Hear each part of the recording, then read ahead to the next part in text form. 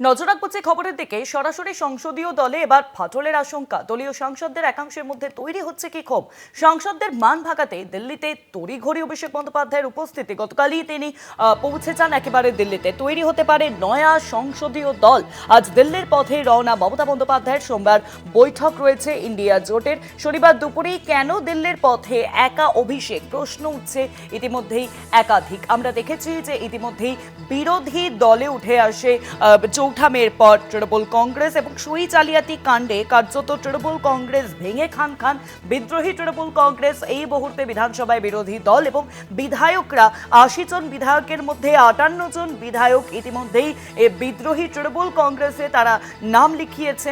আর এবার বিধায়কদের যে ফাটল, সেই ফাটলের পর এবার সংসদীয় দলে ফাটলের আশঙ্কা, যার জন্য তড়িঘড়ি দিল্লি রওনা দিলেন অভিষেক বন্দ্যোপাধ্যায় গতকালই। আজ মমতা বন্দ্যোপাধ্যায় তৃণমূল সুপ্রিমো, তিনি একেবারে পৌঁছবেন দিল্লিতে, কারণ ইন্ডিয়া জোটের সঙ্গে বৈঠক রয়েছে সোমবার, সেদিকেই নজর রয়েছে রাজ্য রাজনীতি মহলের। তবে সরাসরি সংসদীয় দলে এবার ফাটলের আশঙ্কা।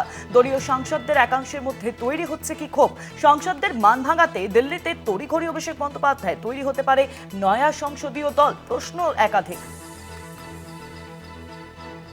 পাশাপাশি জানাবো যে সূত্র মারফত যে খবর সামনে আসছে, বহু তৃণমূল কংগ্রেস সাংসদ তারা ইতিমধ্যেই বিজেপির সঙ্গে নাম জড়াচ্ছেন, বিজেপির সঙ্গে যোগাযোগ রাখার একটা চেষ্টা কিন্তু চালিয়ে যাচ্ছেন। বহু সাংসদ ইতিমধ্যেই তারা দলের বিরুদ্ধে সরব হচ্ছেন, তারা ইতিমধ্যেই দলবিরোধী মন্তব্য করছেন। কাকলি ঘোষ দস্তিদারের নাম অত্যন্তভাবে এই পর্যায়ে উঠে আসছে। তিনি কি কোনোভাবে এই যে সংসদীয় দলে একটা ফাটলের আশঙ্কা, তিনি কি নেত্রী হতে পারেন, প্রশ্ন একাধিক। সরাসরি সংসদীয় দলে এবার ফাটলের আশঙ্কা, অর্থাৎ বিধায়কদের মধ্যে যে ফাটল তৈরি হয়েছে, সেই ফাটল এবার বড় আকারে সাংসদদের মধ্যে দেখা যাবে, প্রশ্ন উঠছে। সরাসরি সংসদীয় দলে এবার ফাটলের আশঙ্কা। দলীয় সাংসদদের একাংশের মধ্যে ক্ষোভ। সাংসদদের মান ভাগাতে দিল্লিতে তড়িঘড়ি অভিষেক বন্দ্যোপাধ্যায়। সূত্র মারফত যে খবর সামনে আসছে আপনাদেরকে জানাবো, বহু সাংসদ ইতিমধ্যেই কিন্তু বিজেপির সঙ্গে যোগাযোগ রাখছেন, এবং বিজেপির সঙ্গে একটা আঁতাতের চেষ্টা করা হচ্ছে। যদিও বিজেপির তরফে স্পষ্টত বলে দেওয়া হয়েছে, বিজেপির রাজ্য সভাপতি শ্রমিক ভট্টাচার্য তিনি গতকালও স্পষ্টত জানিয়ে দিয়েছেন যে হরিনাম সংকীর্তনের জায়গা নয় বিজেপি, এবং বিজেপি যাকে তাকে দলে নেবে না।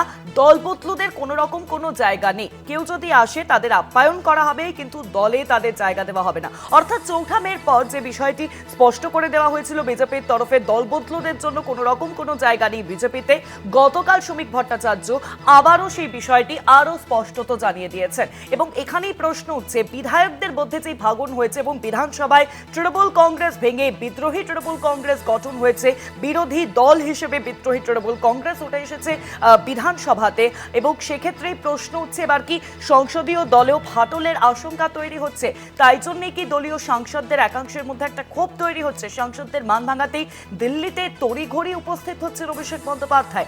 তৈরি হতে পারে কি নয়া সংসদীয় দল, প্রশ্ন একাধিক এই মুহূর্তে। যে দিল্লির পথে যাচ্ছেন তৃণমূল সুপ্রিমো মমতা বন্দ্যোপাধ্যায়, কিন্তু গতকালই অভিষেক বন্দ্যোপাধ্যায় তিনি দিল্লিতে উড়ে গেছেন।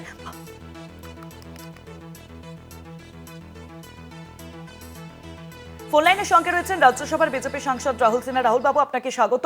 এবার কি সরাসরি সংসদীয় দলে, অর্থাৎ তৃণমূলের সংসদীয় দলে ফাটলের আশঙ্কা, যার জন্যই কি অভিষেক বন্দ্যোপাধ্যায় গতকাল একেবারে পৌঁছে যান দিল্লিতে, প্রশ্ন উঠছে একাধিক। এবং বহু সাংসদ তারা তো বিজেপির সঙ্গে যোগসাজশ রাখছে এই মুহূর্তে।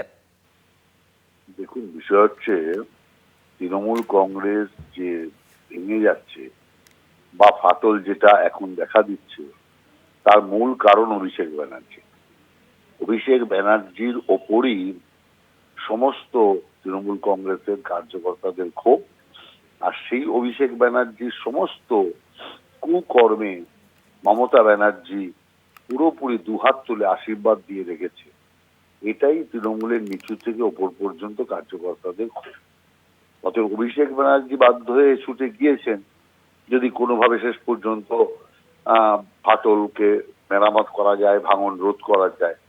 কিন্তু আমি মনে করি যে কালপিট, সে গিয়ে কি করবে? সে গিয়ে কিচ্ছু করতে পারবে না। যেটা হবার সেটা হবে। তৃণমূল কংগ্রেস ভেঙে চুরমাচুর হয়ে যাবে, অস্তিত্বই তৃণমূল কংগ্রেসের থাকবে। রাহুল বাবু, এখানে একটা প্রশ্ন উঠছে যে কাকলি ঘোষ দস্তিদার ধন্যবাদ আপনাকে। বিজেপি সাংসদ রাহুল সিনহা ফোন লাইনে ছিলেন।